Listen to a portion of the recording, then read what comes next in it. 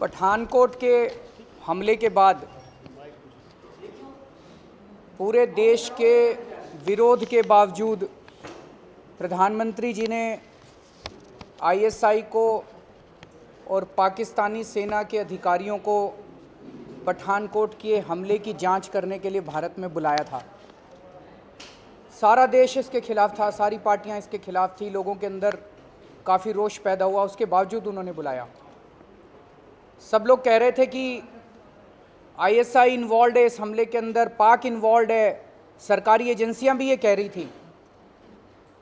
जिन लोगों ने हमला किया उन्हीं को उसी हमले की जांच करने के लिए बुलाया, और आज ये सामने आ रहा है कि आईएसआई ने उस जांच के बाद ये कहा है कि भारत ये सबूत देने में नाकाम रहा है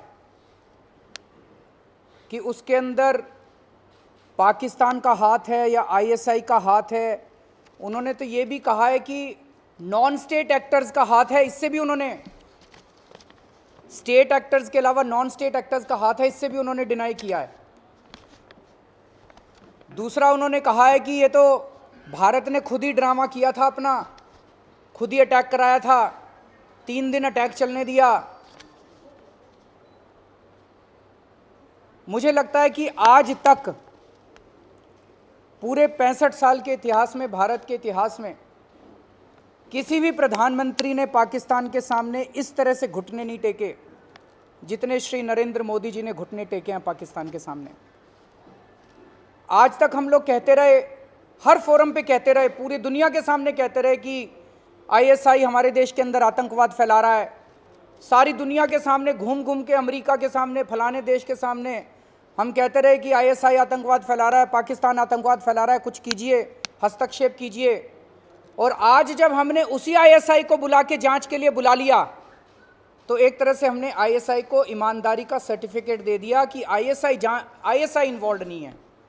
अब हम, ये बहुत बड़ा फॉरेन पॉलिसी के मामले में बहुत बड़ा चेंज है। अब हम पूरी दुनिया के सामने जाके कैसे कहेंगे कि आईएसआई आतंकवाद फैला रहा है? अगर अब आप अमेरिका के साथ पास जाके कहोगे, पूरी दुनिया के साथ पास जाके कहोगे आईएसआई आतंकवाद फैला रहा है, तो अमेरिका कहेगा भाई आप ही ने तो जांच के लिए बुलाया था, आईएसआई कहाँ आतंकवाद फैला रहा है, वो आप ही ने जांच के लिए फैलाया था। तो एक तरह से आपने आईएसआई को क्लीन चिट दे दी है, जो कि मुझे लगता है भारत के इतिहास में पहले प्रधानमंत्री हैं जिन्होंने इस तरह से आईएसआई को क्लीन चिट दी है कि आईएसआई किसी भी हमले का दोषी नहीं है। जबकि सारा देश, और अजीत डोवल जी ने दिसंबर के महीने में अपने काउंटर पार्ट जो पाकिस्तान के एनएसए हैं उनको पूरे डोजियर्स भेजे थे कि किस तरह से आईएसआई इन्वॉल्व है इन 26/11 में और सारे संसद के हमलों में, जितने हमले अभी तक हुए हैं कैसे, और अब अचानक ये पूरी पॉलिसी बदल गई। तो आज जो आईएसआई ने किया, ये हमें पहले ही, हम लोग जिस दिन आईएसआई के अफसर आए थे जांच करने के लिए, हम लोगों ने दिल्ली असेंबली के अंदर भी ये मुद्दा उठाया था, बाहर भी पूरा रोष प्रकट हुआ था, जनता ने रोष प्रकट किया था। सारे लोग कह रहे थे कि देखना आईएसआई जांच के बाद यही कहने वाली है कि कोई सबूत नहीं मिला, आईएसआई को कोई सबूत नहीं मिला। आईएसआई ने तो उससे भी ज़्यादा बढ़ के कह दिया कि भारत ने हमला अपने ऊपर खुद ही कराया था। तो हमें लगता है कि भारत माता के साथ बहुत बड़ा धोखा हुआ है। इतना बड़ा धोखा आज तक कभी नहीं हुआ है। प्रधानमंत्री जी को देश के सामने माफ़ी मांगनी चाहिए। लेकिन सबसे बड़ी बात है, 25 दिसंबर को प्रधानमंत्री जी नवाज शरीफ को हैप्पी बर्थडे बोलने के लिए गए थे, 2 जनवरी को पठानकोट का हमला हो जाता है। नवाज शरीफ के साथ प्रधानमंत्री जी की क्या डील हुई थी, अब ये सारा देश जानना चाह रहा है। दोनों के बीच में क्या गुफ्तगू हुई थी, क्या बातचीत हुई थी, सारा देश जानना चाह रहा है। 1 हफ्ते के बाद ही पठानकोट पे हमला हो गया। क्या प्रधानमंत्री जी ने नवाज शरीफ को फ़ोन करके बोला कि ये क्या करवा रहे हो तुम? अभी तो मैं आया था हैप्पी बर्थडे बोलने, आपका बर्थडे सेलिब्रेट करने, 1 हफ्ते में आपने क्यों अटैक करा दिया? क्या उन्होंने चिट्ठी लिखी, स्ट्रॉन्ग चिट्ठी लिखी उनको, नवाज शरीफ को? कुछ नहीं किया। जिन्होंने हमला कराया उनको ही बुला लिया कि तुम ही जांच कर लो। तो कुछ ना कुछ तो डील हुई है नवाज शरीफ और प्रधानमंत्री जी के बीच में। सारा देश आज प्रधानमंत्री से जानना चाह रहा है कि दोनों के बीच में क्या डील हुई है। और बीजेपी और आरएसएस के लोग, उनकी अब एक ही फिलॉसफी हो गई है। वो कहते हैं ना, मुंह में राम बगल में छुरी, मुंह से बोलते हैं भारत माता की जय, भारत माता की जय, और आईएसआई को बुला के भारत माता की पीठ में खंजर घोंपते हैं ये लोग। मैं फिर भी अगर कोई बीजेपी और आरएसएस के अंदर देशभक्त बचा है तो मैं उनसे कहना चाहता हूं, कोई भी व्यक्ति देश से बड़ा नहीं है। उनको भी अपने अंदर आवाज़ उठानी चाहिए और मोदी जी से प्रश्न पूछने चाहिए कि वो क्यों घुटने टेके हुए हैं। पाकिस्तान के साथ क्या डील हुई है प्रधानमंत्री जी की। चुनाव के पहले सारे वीडियो यूट्यूब के ऊपर है, आप देखेंगे। प्रधानमंत्री जी कहते हैं 1 सर कटेगा 10 सर काट के लाएंगे। कहते थे लव लेटर लिखने से काम नहीं चलेगा, पाकिस्तान को उसी भाषा में समझाना। अब क्या हो गया? अब क्या हो गया? 25 दिसंबर को जब वो हैप्पी बर्थडे बोलने के लिए गए थे, उसके अंदर उनकी क्या डील हुई है। तो ये देश इसको कभी माफ़ नहीं करने वाला और पूरा देश इसके खिलाफ है। जिस तरह से आज देश को पाकिस्तान के सामने उन्होंने घुटने टेक दिए हैं, ये देश इसको बिल्कुल कबूल नहीं करने वाला और हम इसका सख्त विरोध करते हैं। जिस तरीके से आपके अपने मंत्री कहीं तो ट्वीट भी कर रहे हैं, सीधे आरोप लगा रहे हैं कि प्रधानमंत्री खुद अब आईएसआई के एजेंट हो गए हैं, उसमें क्या? सारे देश की खून खौल रहा है। ये केवल वो नहीं कह रहे।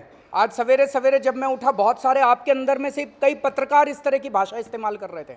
खून खौल रहा है लोगों का, पूरे देश के अंदर खून खौल रहा है लोगों का कि ये हो क्या रहा है, वो क्या मजबूरियां हैं। अभी तक भारत और पाकिस्तान के रिश्तों के बीच में भारत बड़ी मजबूती के साथ खड़ा हुआ था। दोनों के बीच में हम मजबूत होते थे। भारत बहुत बड़ा देश है, इतनी जनसंख्या, इतना बड़ा देश है, इतनी संपदा है हमारे पास। आज वो क्या मजबूरी हो गई कि हम घुटने टेक के खड़े हो गए। तो लोगों के अंदर की भावनाएं जाग रही हैं। विदेश नीति बिल्कुल फेलियर है, लेकिन उसका कारण समझ में नहीं आ रहा। कई बार कुछ मजबूरियां होती हैं जिसकी वजह से कुछ निर्णय लिए जाते हैं, लेकिन इसमें क्या मजबूरी है? दोनों के बीच में, नवाज शरीफ और पाकिस्तान और प्रधानमंत्री मोदी जी के बीच में क्या डील हुई है, कुछ समझ नहीं आ रहा। पठान के कोट पे हमला हुआ, हमें उसका सख्ती से विरोध करना चाहिए था। विरोध करने की बजाय जिन लोगों ने हमला किया उन्हीं लोगों को अपने जांच करने के लिए बुला लिया।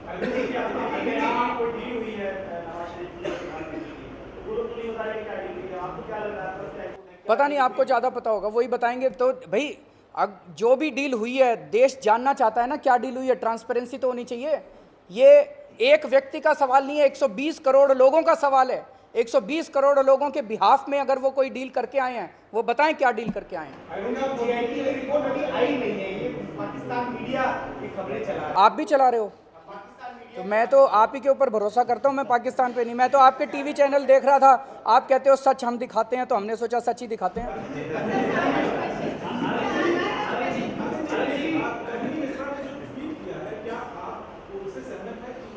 सबकी भावनाएं भड़क रही है। देखिए, अब आप उसमें जाएंगे, भाषा खराब थी, भाषा खराब थी। अरे देश बिक रहा है, आप उस छोटी सी चीज को छोड़िए। देश बिक रहा है, देश खत्म हो रहा है।